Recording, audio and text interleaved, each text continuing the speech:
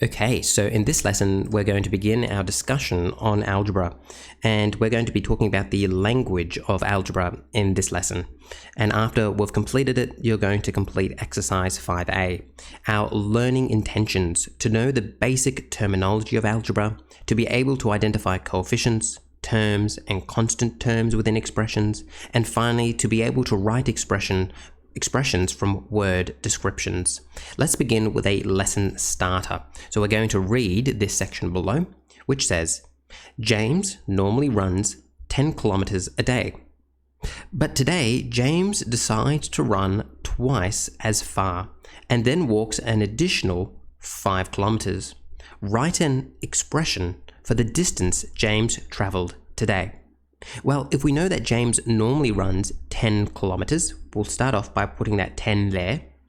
He then, but today, James decides to run twice as far. So that means we're going to multiply that 10 by 2. And then we're also told that he walks an additional 5 kilometers. So we're going to plus 5 to it as well. We have therefore constructed now an expression that represents the amount of distance James has traveled today. And you could quickly figure this out. 2 times 10 is 20, plus 5 is going to be 25 kilometers that he has walked today, or he's traveled today. Perfect. So we have created an expression. What we're now going to do is we're going to read this, and I want you to really analyze where this is different to this one. So pay attention. Ready? James normally runs n kilometers a day. But today, James decides to run twice as far and then walks an additional 5 kilometers. Write an expression for the distance James traveled today. So hopefully you notice that the only difference is that here we have n kilometers, while over here we had 10 kilometers. So instead of 10, we have n, which is weird because n isn't a number, it's a letter. So how exactly does that work? And this is really the basis of algebra. We're now going to start using letters. All right, so we have to write an expression, but we're going to follow the same procedure as we did over here. So if we know that he normally runs n kilometers a day, we're going to put n down first. We know that today he decides to run twice as far, so I'm going to multiply that n by 2. And then we're told that he runs an additional 5 kilometers. So we're going to plus 5 to it. And there we go. We have written our expression. Now, just before we move on, I'll talk about this later as well. But in algebra, we actually don't like writing that multiplication sign. What we prefer to write it as is just 2n plus 5. So there's an invisible multiplication sign there, but we don't write it in. And I'll talk much more about that later. But for now, I just want you to write the expression like that and put a box around it. That is our expression, 2n plus 5. Now you might be thinking to yourself, I don't understand this n. What exactly is this n? Well, this n simply represents the number of kilometers that James normally runs in a day. So maybe this n is 2. In which case you'd get n is equal to 2, and instead of putting n here, just like over here, you'd put a number. So it'd be 2 times 2 plus 5. 2 times 2 is 4 plus 5, so he ran 9 kilometers a day if this n is equal to 2. Or perhaps this n represents 4, in which case you'd get n is equal to 4. Then you could go 2 times 4 plus 5. Well, 2 times 4 is 8. 8 plus 5 is going to be 13 kilometers. So as you can see here, the number could vary. It could be anything. It could be anything here. And because we don't know what it is, we just say n. But n just represents a number, but we don't know exactly what that number is. All right. That is algebra. This is just a good lesson starter to kind of get our head around it. And now we're going to keep on building on what we've seen here. I'm going to take this expression, 2n plus 5, and I'm going to put it down here. And we're going to start learning some terminology. So let's begin. So let's learn some terminology, shall we? Okay, the first word we need to know is expression. An expression. And what an expression is numbers and letters combined with any mathematical operation. So this whole thing here, the whole thing is an expression. So I want you to write this down here. The whole thing is an expression. All right, the next word we're going to be learning is pronumeral. And a pronumeral is a letter that stands for a number, and in brackets I've written variable. So in algebra, we don't like saying letters. Rather, what we call letters in algebra are pronumerals. Pronumerals. So never in algebra are you going to say, oh, that's a letter. Rather, you're going to say it's a pronumeral, but it means the same thing. And actually, let me just singularize that. It's a pronumeral. We've also put a variable here in brackets, and the reason why we call it a variable is because think, a variable varies, it changes. And as you saw up here, when we had n kilometers, that n could equal 2, the n could equal 4, the n could equal 1004. It could equal anything, and that's why we call it a variable. It changes. Okay, next we're going to learn about a coefficient. Now you've got that word co there, so immediately you might be thinking about like a co-pilot, or you might think of a co-founder. Co-founder. You don't have to write down those words. So a co-pilot or a co-founder, it's someone that stands next to someone else, isn't it? So over here, where we've got a coefficient, it's the number in front of the pronumeral. So this 2 here is our coefficient. So you're going to remember that the coefficient is simply the number that stands beside the pronumeral. It's the number that is in front of the pronumeral. It's a co-pilot, it's a co-founder, it's a coefficient. Okay, next. Constant. A term that does not contain a pronumeral, a number on its own. So that means over here, this 5 has no pronumeral, so therefore we call it a constant. It's just by itself, it never changes. You're always going to be plussing 5 to it. Unlike our pronumeral here, which is a variable, it changes. Our constant doesn't change, it's constant. It's always plus 5. Okay, and the last thing we need to know is the word term. And a term is simply a single number or pronumeral, or numbers and pronumerals combined with multiplication or division. So right here we have a number joined together with a multiplication with and pronumeral. So numbers and pronumerals timed together with the multiplication. That's what we have here. So this is a term. Or a term could be a single number by itself, like this 5. This is a term. And yeah, we have 2 terms in this thing, and we're going to be learning more about those terms later. Okay, so this is just a bit of an introduction. We're going to be going through each of these definitions in far more depth on the next page, but hopefully you can just kind of get your head around coefficients, pronumeral, expression, constant, terms. These are all very important words that we need to know. Okay, before we move on, I just want to spend some time going through the fact that in algebra, we write expressions without multiplication symbols. So in algebra, instead of writing a times b, what we rather write is just ab. So there is an invisible multiplication sign between these 2 pronumerals, but we don't write them in. So let's now give this some practice. We're going to write without a multiplication sign. So 7 times b would just be 7b. Y times 27. Now, we always put the number first. So it's 27y. And remember, it doesn't matter the order you do the multiplication. Whoops. So that's important to know. So I can change the order because 3 times 4 is equal to 4 times 3. Are you with me? So it does not matter if we change the order. So that's why we can just bring the number to the front. Here, it's going to be 8AB. So I move that 8 to the front, and then I just put these AB in alphabetical order. Next, K times 9, put the 9 in front, put the K there. 18P, 18 in front, P there. N times M times 2, put the 2 at the front, then M, then N. Perfect. Let's keep on going. In algebra, we also don't like division signs. We don't like them. So therefore, A divided by B is written as A over B. Okay, so now let's write each of these without the division symbol. So 3 divided by 4 is going to be 3 over 4. 9 divided by x is going to be 9 over x. X divided by 9 will be x over 9. And hopefully you can see this. We're just doing that. So this is another really important thing about algebra. In algebra, we do not like division signs. We don't like multiplication signs. We don't like division signs.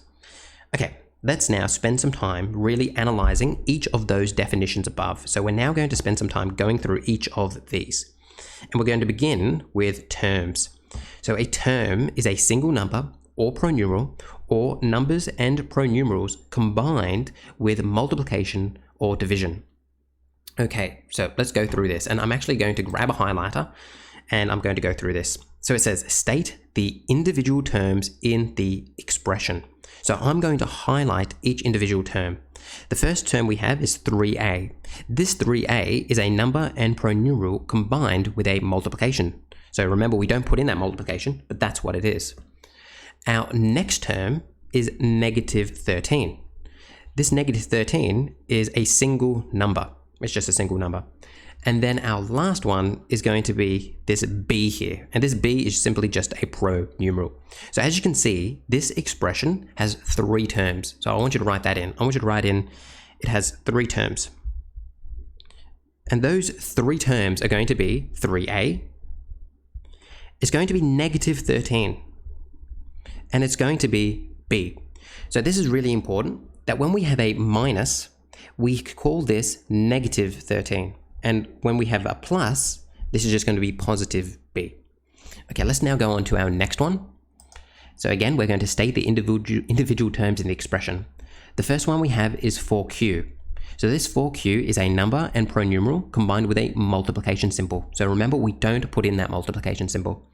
The next one we have is 10r. And look how I'm including that addition sign in front of it. That tells me that this term is positive. And this 10 over r, this is a number and pronumeral combined with a division symbol. But remember, we don't put in that division symbol. Rather, we put it as, write it as a fraction like this. All right, the next one we have is +1. This +1 is a single number. And then the last thing we have is this minus t2. 2t. I was thinking of the tea shop. 2t, minus 2t. So this is a number and pronumeral combined with a multiplication symbol. Remember, we don't put in that multiplication symbol. So that means we have 1, 2, 3, 4 terms. And those 4 terms are 4q, 10 over r, positive 1, and negative 2t.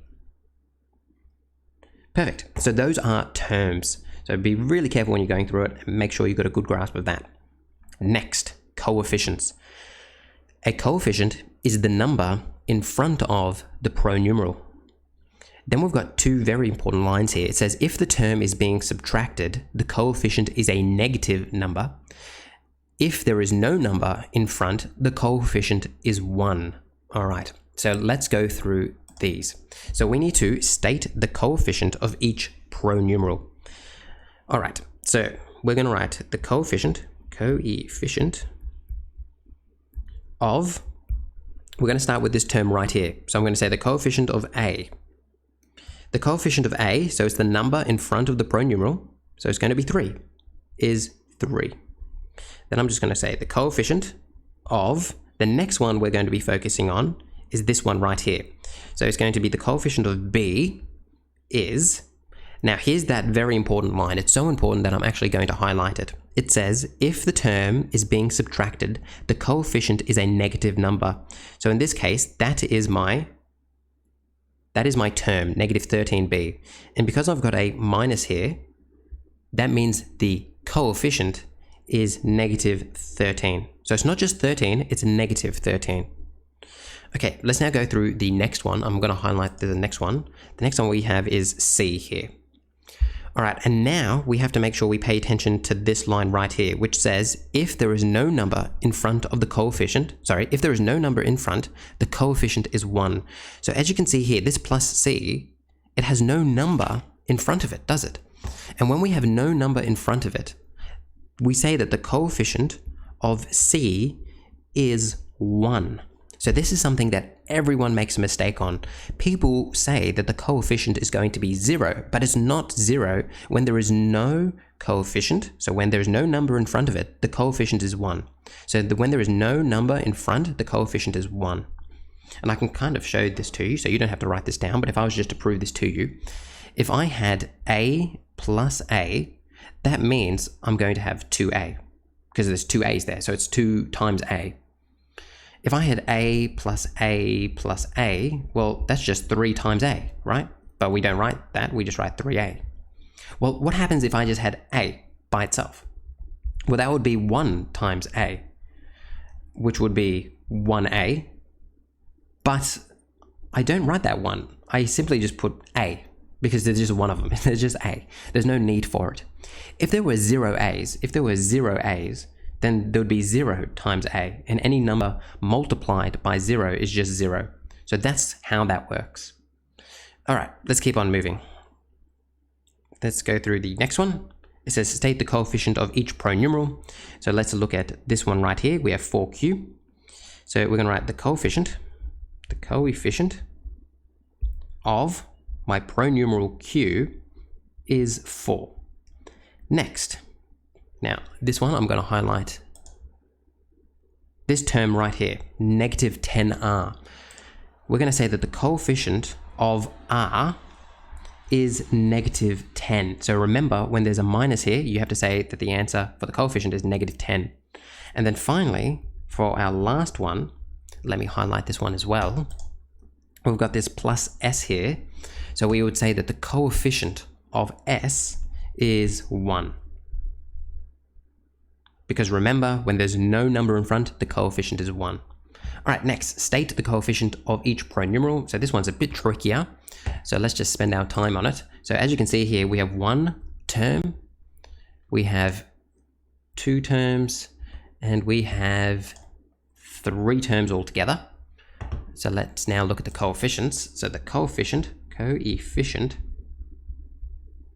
of, now this first one here, we've got AB. So we'd say the coefficient of AB is negative 4, because there's a negative 4 in front of that AB. So we keep this AB as 1 unit.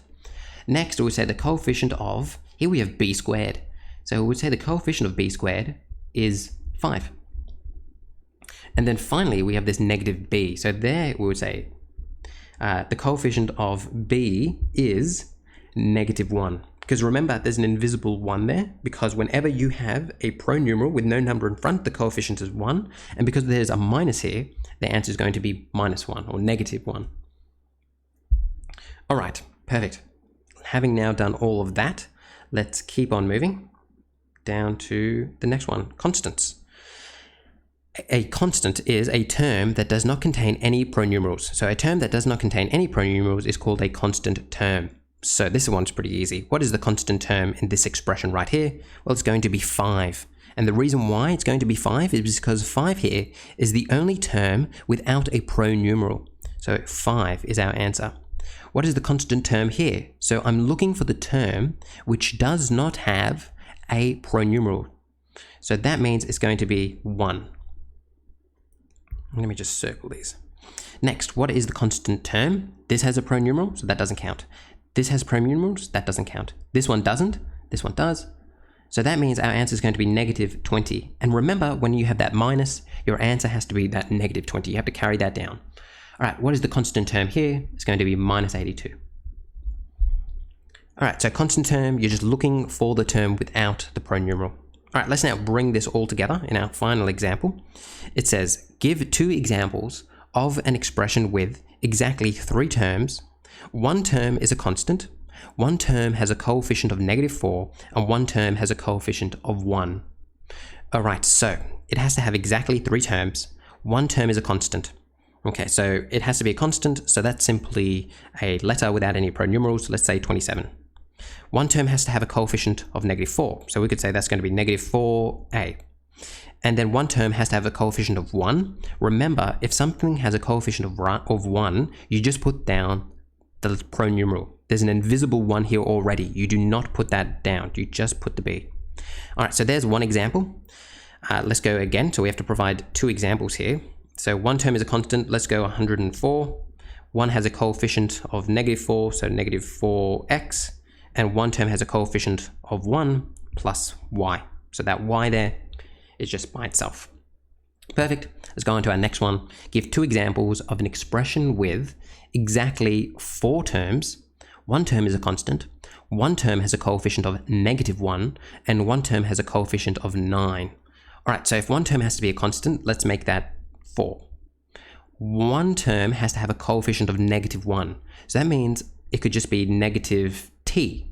So remember, there's an invisible 1 here already. You do not put it down. So that means it's just going to be negative t, so a negative pronumeral. And then one term has a coefficient of 9, so plus 9m. And it says it has to have exactly 4 terms. At the moment, we only have 3, so I'm just going to add in a random one. It could be anything I want. Let's make it 8 over y. That's one term right there. So now I have 1, 2, 3, 4 terms. We now have to give another example because it says 2 examples. One term has to be a coefficient. Let's make it 101. One term has to have a coefficient of -1. Let's make it minus w.